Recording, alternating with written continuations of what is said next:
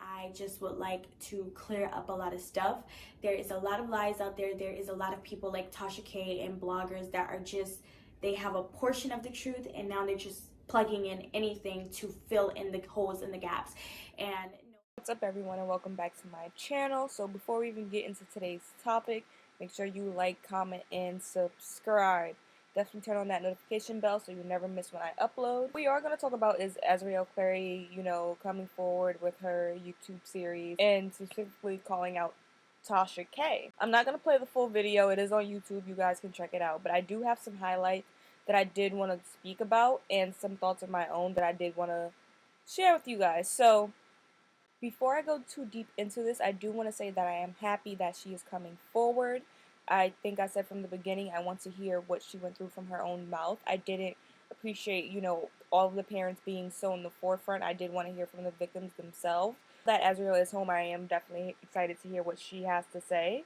And especially if that means that's what she needs in order to heal. I'm also glad she's in therapy and really taking care of herself in this. I did expect for this to be something that her father's production company handled. So I do actually appreciate her choosing YouTube as a platform because it makes her journey feel more personable and accessible for others to learn from. I also think it leaves her in an extremely vulnerable position. So it is brave of her to do it on the internet instead of like a documentary which you can put out and kind of not look at or like read all the comments to, especially knowing how cruel the internet could be. I'm going to let you hear a little bit of what she had to say, and then I'm going to come back with the rest of my thoughts. okay guys, so I have been, for those of you who don't know, yes, I have been in therapy, and a big part of healing is being able to talk. So me personally, I just would like to clear up a lot of stuff. There is a lot of lies out there. There is a lot of people like Tasha K and bloggers that are just, they have a portion of the truth and now they're just plugging in anything to fill in the holes and the gaps. And no offense to any other YouTuber out there, I support how you have to get your coin, whatever, bada boom, bada bing, but you cannot poke holes and fill in your theory for my story when you have not witnessed it, when you have not been there. You were not there at all. You have no idea what I've endured. So you can't play detective if you're not a fucking detective, point blank period. You're not a detective and you don't know my life better than me. So I'm so tired of people just assuming and taking one part of the truth and making it into something completely different. As you can see, Azriel specifically calls out Tasha K, which I found interesting because Tasha K and her father Angelo are supposed to be really close, and that's where she's supposed to be getting, her information from. So she does go on to say that Tasha K and other bloggers get pieces of the truth and then twist into something and make it completely different. So I do want to see what Azriel has to say for herself before jumping into discrediting Tasha K. The reason being is because as a commentator, you are putting your own opinion and your own thought into the drama that's going on. And you are forming your own opinion with the information that you are being given. So if someone chooses to believe you, then they are always encouraged to fact check the information being presented to them before forming their own opinion, because everyone knows you can't just take someone's word for truth. Like, you should have evidence to back up what you are saying and what you are feeling before saying this is the truth and running with that opinion. So I am excited to see what Azriel has to say, compare it to what Tasha has already told us, and see what was some of her opinion and like that got misconstrued. Any other young woman to think that that is what love was, because at 17 I thought this is what love was. I thought this is what it was being with a celebrity. There's rules, there's restrictions, they're stern, they have money, they move a certain way. And in reality, that is not what being with a celebrity is like. That's just because he was sick. I still battle a lot. Like, I still do battle a lot. Like, sometimes I will wake up and I will feel guilty when I don't like have on sweats or something baggy. Like, I will feel like I'm doing something wrong, or like I'm breaking a rule, or like I'm betraying him for not wearing sweats. Like, still to this day, I have to remember, like, I don't have to knock. I don't have to wear sweats. I can wear a skirt if I want to wear a skirt. I can wear a dress if I want to wear a dress. I can wear a bathing suit if I want to wear a bathing suit. Like, it's not a crime for me to be confident in my skin and for me to be sexy or feel sexy. Like, that is not a crime, especially for a victim. It is actually empowering for a victim to find that strength and to find that confidence and to be able to love yourself again. Okay, this is where I want to play devil's advocate, because I heard some people, discussing her announcement and whether or not they actually believe she was a victim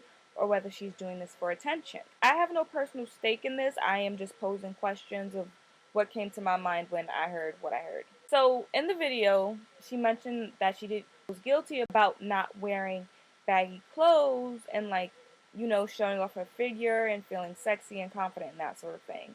I can see people picking at that and saying, well, you just said you feel uncomfortable, but if we look at your social media, it tells a different story. So, okay, I will give people that point. But I also choose not to judge things like that because I don't feel like there is one right way to heal. Whatever your process looks like, that's unique to you. It's also not uncommon for victims to find empowerment by using the thing that they feel was taking away from them. So, control of her body and what she wants to wear in her day to day life, I understand. I don't see that as something far fetched and outlandish. People were also judging that she waited, I guess, until her YouTube was monetized to release her story, and that this is just a ploy to drive attention to herself, gain some money, and keep herself relevant. I think it would be a little suspicious to me if this was something that she released in the height of all of this unfolding, especially like something that happened right after her and Joy fighting in the hotel. So I think that would be like the best way for her to family to capitalize off this if that was, the intention, and that's only in my opinion. Her waiting until she went to therapy for a few months makes sense that this could be a genuine attempt at healing because it wasn't something that she immediately spoke on. Not saying that this couldn't be something that keeps her in the limelight. If you think that's your opinion, definitely let me know in the comments below why you feel that way. And I'm also not saying that like it wasn't suspicious that the YouTube video was like over 15 minutes. But I do think about like this is something that's not easy to talk about. It's not going to be something quick, easy, and dirty. And if it was a quick, short promo video, I would even be more suspicious that this was just something for attention. So I do think the fact that she was sort of really kind of being clear about her intentions in the video, I think she has every right use her platform that she built for herself to tell her own story. And the reason I also am not really suspicious of her using her YouTube channel because I think she's had it for a few months now and she's only really shown her talents and showcased what she's able to bring to the table and like kind of got back to chasing what her dream was before she met R.Kelly. So I don't think it's suspicious. I think she's entitled to that because this wasn't the first thing she spoke about. I also think that like she can't really help capitalizing off the situation in a way because her name will always be associated with R.Kelly for the simple fact that she was with him at the height of this when this all came to a head when he was finally to face legal repercussions for his actions. That gave her more attention because then people were hyper focused on, how could she stay this long and what it was she had to say and like where was her mental space. She can't help that her name will always be associated with him in my personal opinion, but I do think it's honorable that she's trying to speak up for herself and just clear the air in what's being said about her because it's been months of people just sort of attacking her. So I do think it's good in terms of her trying to move on. A lot of people also feel like she wasn't a victim because, she was 17 when she met R. Kelly. His reputation was already widely known amongst the community, even though no legal action had been taken or charges had been stuck against him. Did she sign up for a relationship with an older man? I do believe she did, but I don't. Anyone signs up to be in an abusive relationship, whether mentally, physically, emotionally, etc. I can't say she's not a victim because she was 17 and she walked into this situation. I also think that about her parents coming forward and saying that she was recently released from a mental institution for suffering from depression from losing someone close to her when this all began. So she was already not in the best mental space, and then she entered an even worse mental space being in an unhealthy relationship. So I can't really judge her. People also picked at the tone of voice that she was using and felt like, her tone wasn't matching up to what it was that she was speaking about. And I could say it was a bit weird. Like, I felt like she had some very up and down moments. But I do want to again call into question her mental state, and like she is still trying to heal from a traumatic experience. And I also think about her in the video. You guys can go watch it and see that she talks about suppressing her emotions a lot. So in that, it can be easily be something she uses to deflect how she's really feeling by trying to laugh or trying to push it to the background or make it seem less than what it is. I'm not surprised if that's her coping mechanism and something that she's trying to work out in therapy right now as well, because she has spent what 5 years in this environment. So readjusting may look weird. Like she may have these up and down moments, and that just is her day to day and where her life is right now. So I'm definitely excited to hear what she has to say firsthand and hear her story before I start to draw conclusions and say whether or not, oh, I believe her or I don't believe her, or this is all a lie or for attention, because I don't ever want to victim shame a victim.